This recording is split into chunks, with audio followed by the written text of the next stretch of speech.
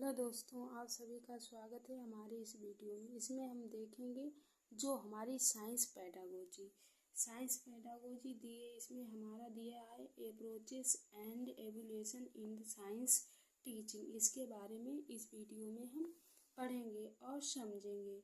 तो इसमें हम देख लेते हैं। इसमें हमने जो साइंस पेडागोजी है हमारा पेपर 2 सीटेट जो पेपर 2 है, तो उसमें क्या है, साइंस पेडागोजी पूछी जाती है।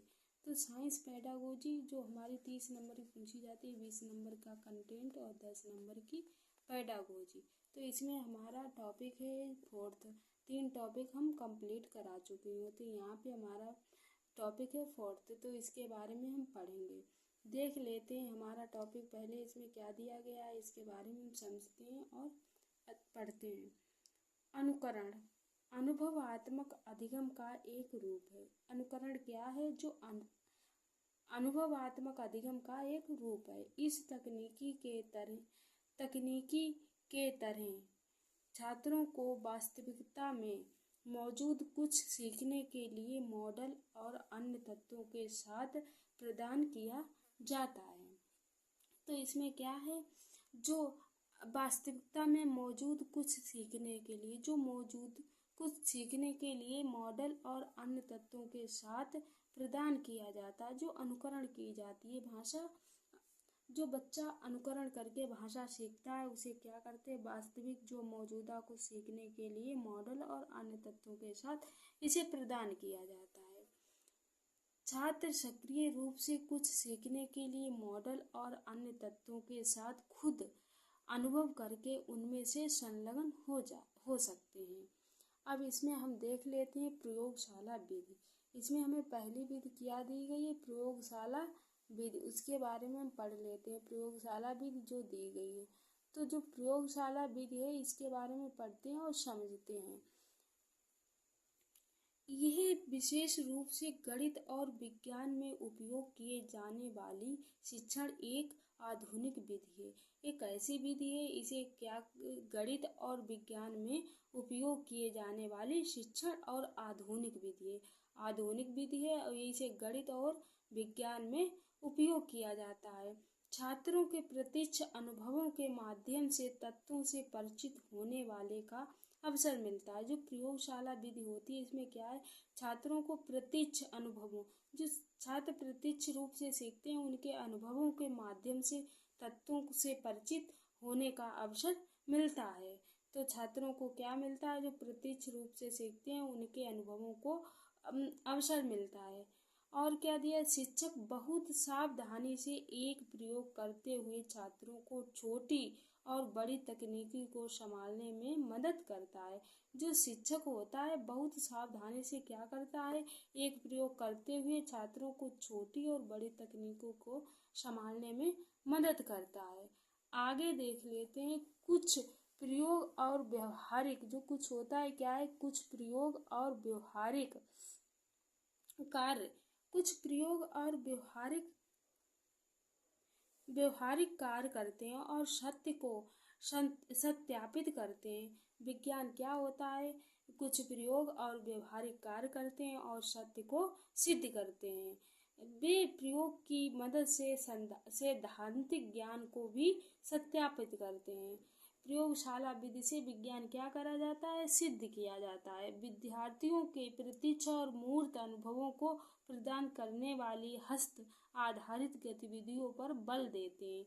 अधिगम के मनोवैज्ञानिक सिद्धांत पर आधारित होती है। कैसी है, जो अधिगम के मनोवैज्ञानिक सिद्धांत हैं उस पर आधारित होती है। आगे देख लेते हैं।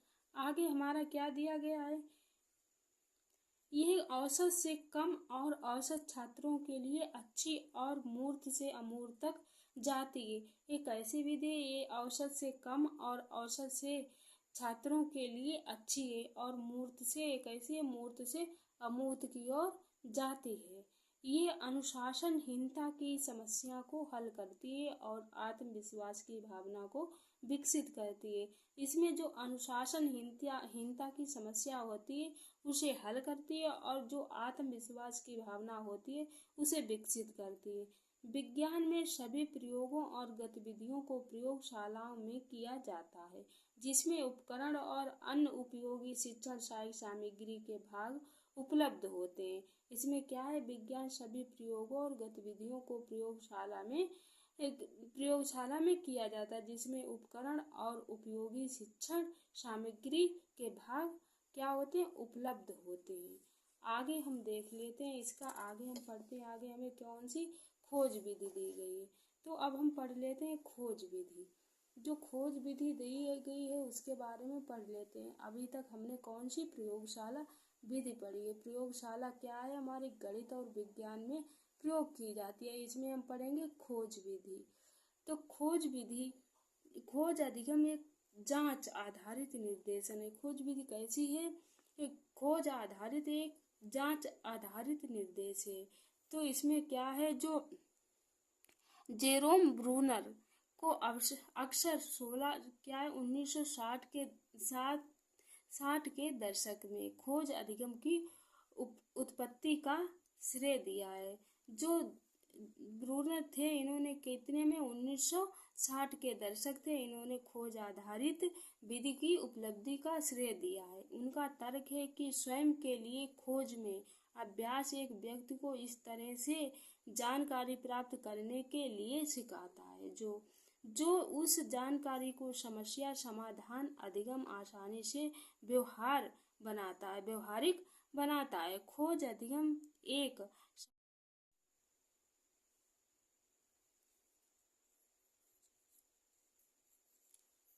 उनका तर्क है कि स्वयं के लिए खोज में अभ्यास व्यक्ति को इस तरह से जानकारी प्राप्त करने के लिए सिखाता है जो उस जानकारी को समस्या समाधान अधिक आसानी से व्यवहारिक बनाता है। खोज अधिगम एक समस्या के समाधान की स्थिति में होता है, जहां छात्र अपने अनुभव और पूर्व ज्ञान पर आकर्षित होता है। इसमें लैंगिक देख लेते हैं। जो लैंगिक दिया है उसके बारे में पढ़ लेते हैं। लैंगिक भूमिका एक सामाजिक संरचना है जिसका अर्थ है कि महिलाएं और पुरुष केवल विशिष्ट भूमिका निभा सकते हैं। इसमें क्या बताया गया, जो एक सामाजिक संरचना जिसका अर्थ है जो महिलाएं और जो पुरुष हैं केवल एक विशिष्ट भूमिका निभा सकते हैं। उदाहरण के तौर पे हम देख लेते हैं, लड़के गणित और विज्ञान में अच्छा प्रदर्शन कर सकते हैं, जबकि लड़कियां कला और नृत्य और संगीत में बेहतर प्रदर्शन करती हैं। ये क्या है, लैंगिक रूढ़वादिता। तो इसमें देख लेते हैं, जिसको एक ऐसा परिवेश बनाना चाहिए जो लिंग निष्पक्ष हो, जहां सभी लिंगों को स्वयं वैज्ञानिक ज्ञान को सीखने और तलाशने के समान अवसर मिले।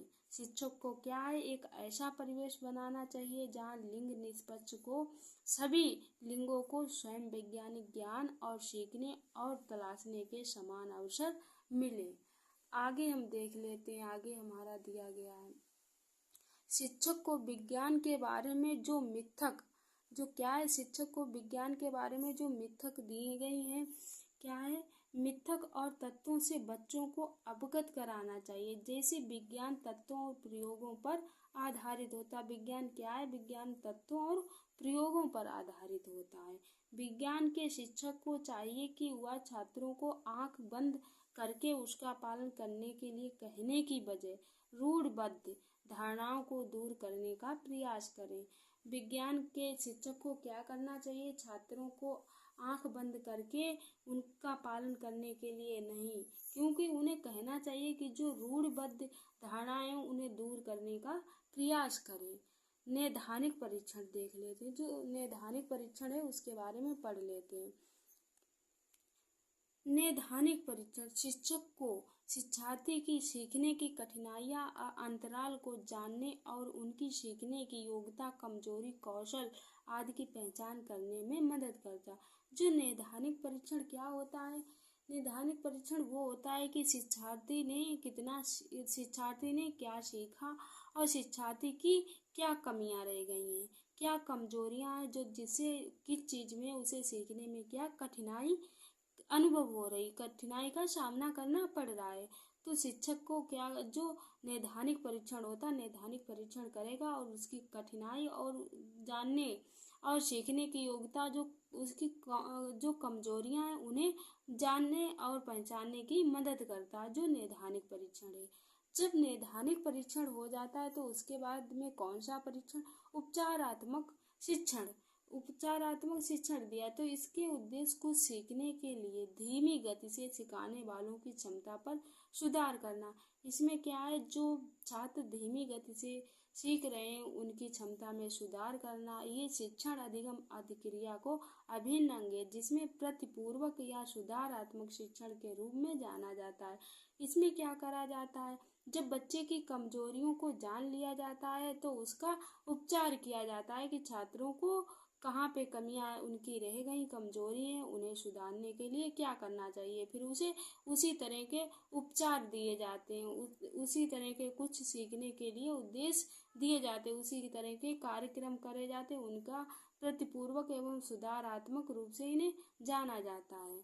आगे देख लेते हैं, आगे हमारा दिया गया है, आगे हमारी कौन सी विधि, आगे हमारी है अन्वेषक विधि। जो अन्वेषक विधि है उसके बारे में पढ़ लेते हैं। अन्वेषक या खोज विधि।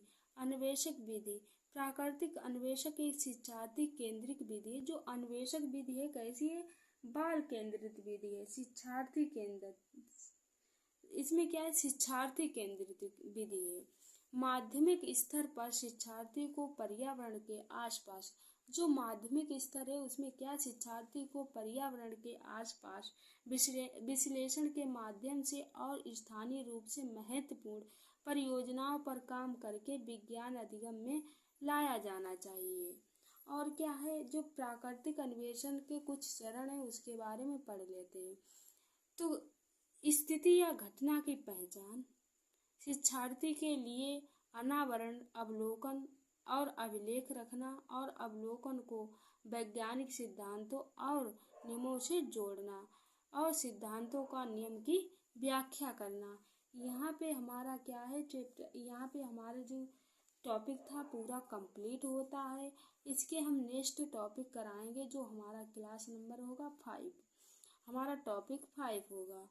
तो यहाँ पे हमारा ये टॉपिक कंप्लीट होता है। चलो मिलते हैं नेक्स्ट वीडियो और इसके अगले टॉपिक के साथ में, जो हमारी विज्ञान पेडागोजी है। तो इसके बारे में हम इसका सिलेबस पूरा कंप्लीट कर लेते हैं, जो हमारी विज्ञान साइंस की पेडागोजी दी गई है।